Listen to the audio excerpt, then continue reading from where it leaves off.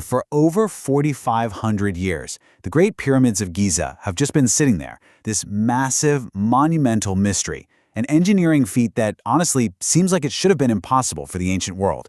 They are just enormous, they're incredibly precise, and they've outlasted entire empires. So let's just dive right in and try to uncover the secrets of how these were really built. Right, so this is the big one, isn't it? The question that's fascinated people for centuries. How on earth did a civilization without modern machines, heck, without even iron tools, build something so huge and so perfect? Well, I'll tell you right now, the answer isn't aliens. It's actually a story of incredible human ingenuity. So, our story kicks off way back, around 2600 BCE, and it all starts with a single vision. The pharaoh, Khufu, he didn't just want some tomb. No, he commanded the creation of what was essentially a massive divine machine. It was a tomb, for sure, but it was also meant to be a literal stairway to the stars, a way for his soul to ascend. The scale of this thing was just unlike anything the world had ever seen before. Okay, so if you're going to build a stairway to the heavens, you're going to need a workforce of an almost unimaginable size. And that brings us to the first huge puzzle. Who actually built the pyramids? For centuries, the popular idea was, one of misery and slavery. But the truth, the truth is way more inspiring than that. That whole Hollywood image of whips and chains, it's powerful, but it's just a myth. The archaeological evidence we have now, from the workers' village they uncovered at Giza, tells a completely different story. We are talking about skilled, paid craftsmen who are not just fed, but were actually honored for their work. This was actually a massive national project. These weren't slaves, they were citizens contributing to this incredible sacred goal. They lived in organized communities with proper housing, food, and they even had access to medical care. And get this, they were divided into teams of about 20 to 40 men who would actually compete against each other. It created this amazing sense of pride and teamwork. The whole country was involved, with entire villages across Egypt sending food and resources to support them. And that really gets to the heart of it, doesn't it? The pyramids weren't a monument built on oppression. They were a testament to what a unified, motivated society could actually achieve. This was a project that brought an entire nation together, a source of huge national pride. Okay, so we've got our motivated workforce, awesome. But now they're staring down a pretty much impossible task, moving stones the size of small buildings across the desert. How in the world did their ingenuity solve that problem? 80 tons. That is the weight of some of the granite beams that are inside the Great Pyramid. To put that in perspective, that's about the same weight as 12 full-grown elephants. How on earth do you move something that heavy, with no cranes, no engines? Well, the solution they came up with was deceptively simple and absolutely brilliant. The secret, believe it or not, was found in a painting inside an ancient tomb. It shows a bunch of workers pulling this colossal statue on a sledge, and there's one person standing at the front pouring water onto the sand right in front of it. They figured out that just the right amount of water makes the sand firm, which allows the super heavy sledge to just glide over it with way less effort.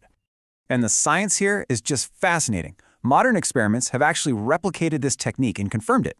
The right amount of water reduces the pulling force needed by an incredible 50%. 50! That means they could move these massive blocks with literally half the manpower. It's a perfect example of ancient physics in action.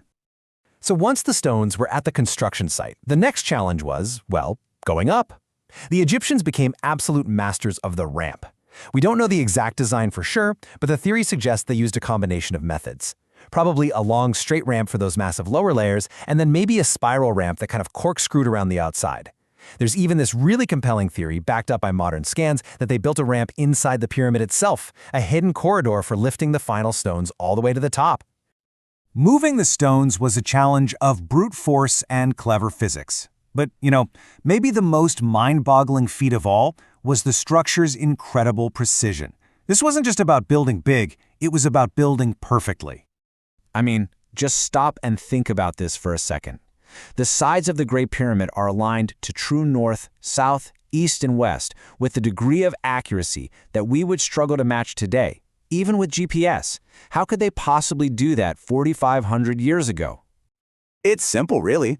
They turned to the most reliable map they had, the sky. Using some really simple but effective tools, they tracked the movement of the sun's shadow all day long to find a true east-west line. And then they used the fixed point of the North Star to figure out true north. They were master astronomers, using the entire cosmos as their ultimate guide. So we've seen how they built it, an organized nation, some clever science, and brilliant astronomy. But this all leads to the ultimate question. Why? Why pour the resources of an entire civilization into this one single structure? The answer, well, it elevates the pyramid from just a tomb to something so much more profound. The Great Pyramid was thought of as a cosmic machine.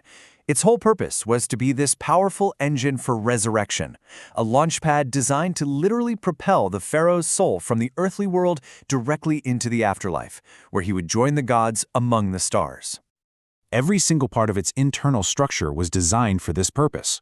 You have the king's and queen's chambers, the soaring grand gallery, and then you have these mysterious, narrow shafts that point from the chambers directly towards specific constellations, like Orion and Draco, celestial destinations for the pharaoh's spirit.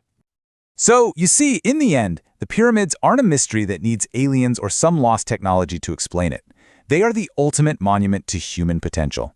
They are just enduring proof of what we can achieve when we are united by a powerful vision and driven by intelligence, teamwork, and an incredible imagination. And yet, for everything we've discovered, the Great Pyramid hasn't given up all its secrets, not by a long shot. Modern scans have hinted at hidden voids and unexplored chambers deep within its massive structure. So the final question is still out there. After 4,500 years, what mysteries are still lying in wait, just waiting to be found?